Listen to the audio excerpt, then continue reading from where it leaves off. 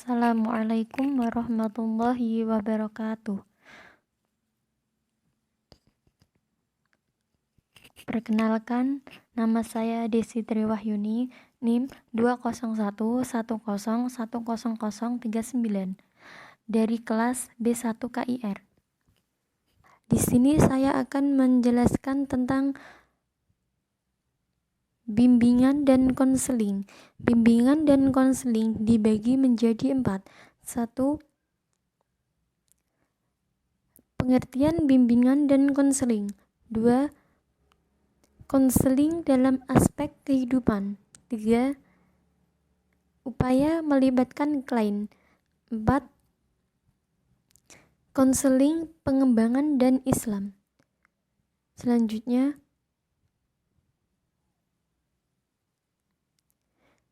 pengertian bimbingan dan konseling. Bimbingan dan konseling di sekolah belum begitu luas dipahami oleh para guru dan kepala sekolah. Bahkan di kalangan atas juga ada yang belum sepenuhnya mempunyai keyakinan bahwa bimbingan dan konseling adalah komponen penting di sekolah di samping kurikulum dan administrasi pendidikan. Bimbingan dan konseling ada beberapa bukti yang menunjang pernyataan di atas. 1. Masalah profesi konseling. 2.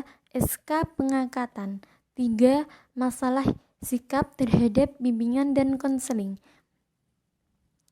Di samping masalah-masalah yang sulit dihadapi seperti tersebut di atas, Rohman Tawijaya 1969 melihat bahwa sering terjadi salah pengertian terhadap bimbingan dan konseling, baik di kalangan para guru maupun masyarakat umum. Kesalahan-kesalahan tentang bimbingan dan konseling itu diungkapkan sebagai berikut. 1. Bimbingan identik dengan pendidikan. 2. Bimbingan dan konseling adalah cara untuk membantu murid-murid yang salah sesuai. 3. Bimbingan dan konseling berarti bimbingan pekerjaan atau karir. Selanjutnya, pengertian bimbingan.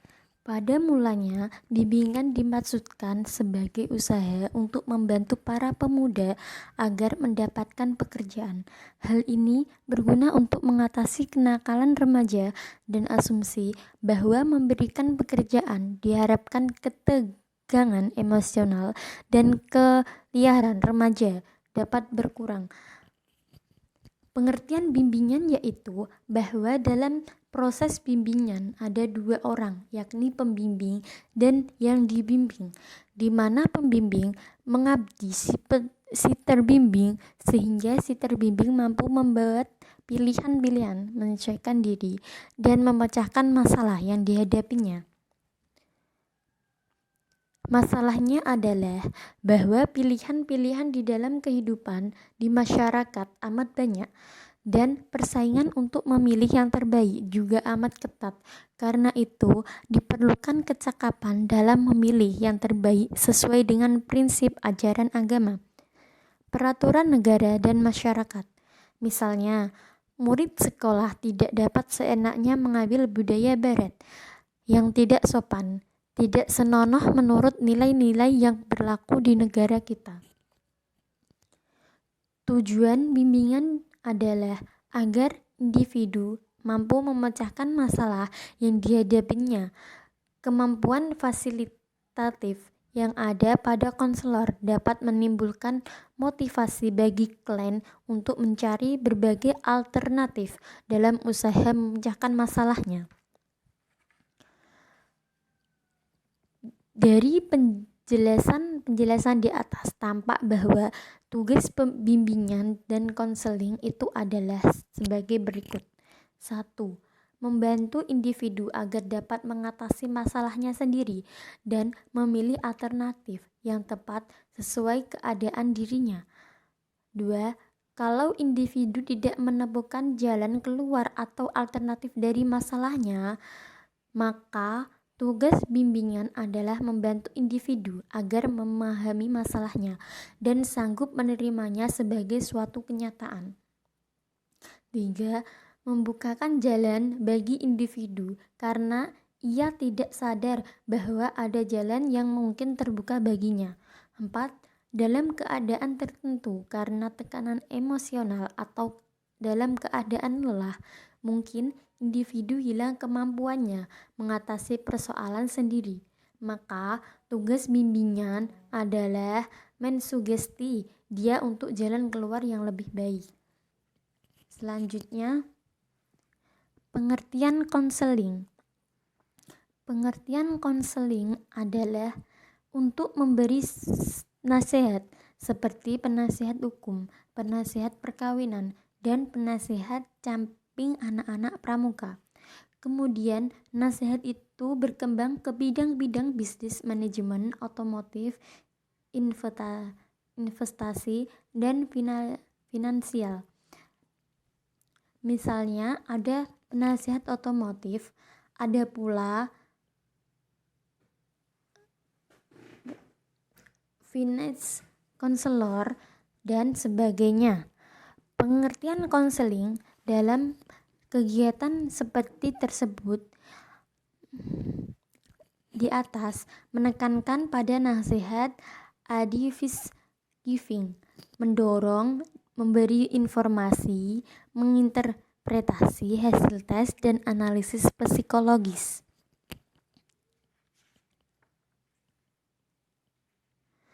Karakteristik konselor untuk mengembangkan adalah 1.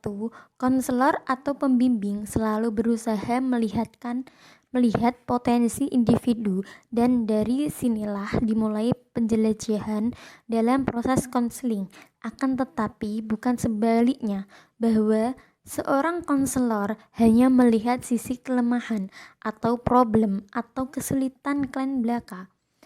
2. Jika sekiranya klien memiliki masalah atau kelemahan atau kesulitan, biarlah klien yang mengungkapkannya berkat dorongan dari konselor.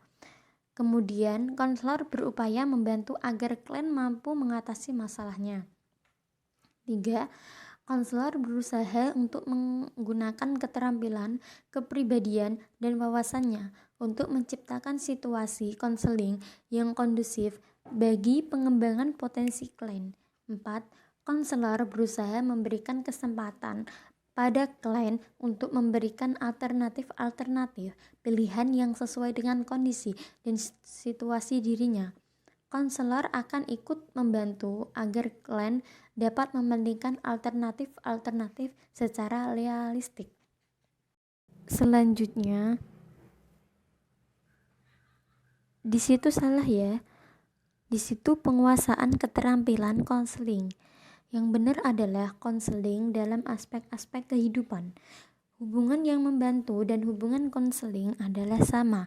Tujuannya adalah untuk menumbuhkan, mengembangkan, dan membantu individu yang membutuhkannya.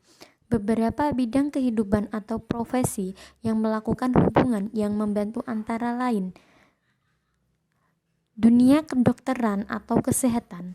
Di sini yang terjadi hubungan antara dokter dengan pasien atau perawat dengan pasien. Bidang kedokteran selalu melibatkan dokter, perawat, dan pasien beserta keluarganya. Selama ini hubungan dokter pasien dan perawat pasien disarankan kaku dan didominasi oleh pihak dokter atau perawat. Sering terjadi dokter kurang terbuka terhadap pasien. Dia seolah-olah penentu segala mengenai kesehatan sang pasien, padahal pasien amat membutuhkan banyak informasi yang jelas tentang penyakitnya, obat, operasi, biaya, dan sebaiknya.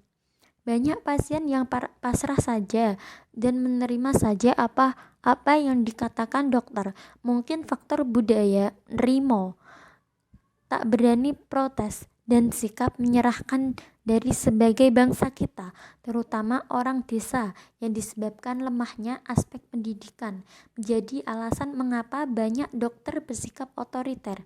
Demikian pula dengan perawat. Sering digambarkan masyarakat sebagai orang yang judes, sombong atau angkuh, tidak mengenal perasaan pasien dan sebaiknya. Mereka sering bersikap kasar terhadap pasien atau keluarganya, terutama di rumah sakit pemerintah. Padahal dokter yang menghargai, ramah, penuh perhatian, dan memotivasi pasien agar cepat sembuh akan mendorong pasien untuk sembuh. Sebab kejiwaannya seorang menjadi senang, tenang, dan punya harapan tinggi untuk hidup. Selanjutnya, ilmu dan wawasan.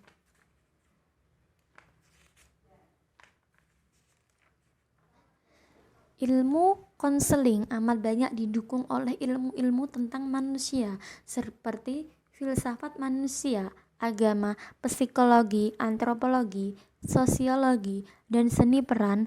Hal ini diperlukan karena manusia itu mempunyai banyak segi terselubung dan merupakan teka-teki buman enigma, sehingga diperlukan ilmu yang banyak dan keterampilan beragam untuk mendekatinya. Selanjutnya, penguasaan keterampilan konseling. Pada setiap tahap konseling, tahap 1, 2, 3, terdapat teknik-teknik konseling yang harus dikuasai konselor. Untuk paling tidak ada 20 teknik konseling. Penggunaan teknik-teknik konseling yang bervariasi dan berganda amat penting. Selanjutnya, konseling pengembangan dan Islam. Konseling pengembangan dan Islam ada 5. 1. Memberikan kabar gembira dan kegirahan hidup.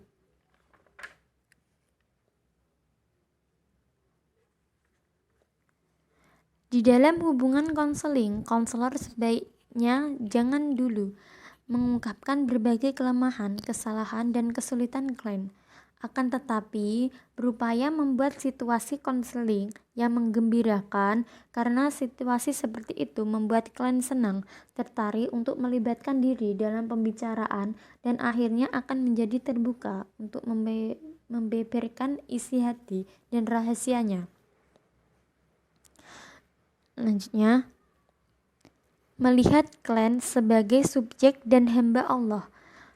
Klien bukanlah objek konseling, melainkan sebagai subjek yang berkembang. Akan tetapi menghargainya sebagai pribadi yang merdeka. Karena itu, di dalam hubungan konseling klien yang harus banyak berbicara mengenai dirinya dan bukan konselor. Sebab itu, upaya konselor adalah menggali potensi dan kelemahan serta kesulitan klien. Kemudian klien akan mengungkapkan segalanya dengan jujur dan terbuka. Selanjutnya, menghargai klien tanpa syarat. Menghargai klien adalah syarat utama terjadinya hubungan konseling yang gembira dan terbuka. Penghargaan ini dimaksudkan sebagai upaya konselor yang memberikan ucapan-ucapan serta bahasa badan yang menghargai. Selanjutnya, dialog Islami yang menyentuh. Dalam hubungan konseling yang akrab, konselor berupaya agar mengemukakan butir-butir dialognya yang menyentuh hati klien sehingga memunculkan rasa syukur, rasa cinta, bahkan perasaan berdosa. Klien mengungkapkan perasaan tersebut dengan tulus, jujur, dan terbuka. Keakraban dan keterlibatan klien adalah kata-kata kunci dalam hubungan konseling untuk membuat klien tersentuh perasaan keagamaan dan kemanusiaan. Selanjutnya, keteladanan pribadi konselor. Keteladanan pribadi konselor dapat menyentuh perasaan klien untuk mengidentifikasi dari konselor. Hal itu merupakan sugesti bagi klien untuk berubah ke arah positif. Motivasi untuk berubah disebabkan kepribadian, wawasan dan keterampilan, serta amal kebijakan konselor terhadap klien. Konselor bersikap jujur, salah, dan berpandangan luas serta penuh perhatian terhadap klien. Seolah-olah kepribadian teladan adalah pesan Rabbani yang memancar dalam perilaku konselor.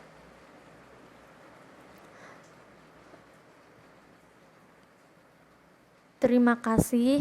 Sekian dari saya. Apabila ada kata yang salah, mohon dimaafkan. Wabillahi taufik wal hidayah. Wassalamualaikum warahmatullahi wabarakatuh.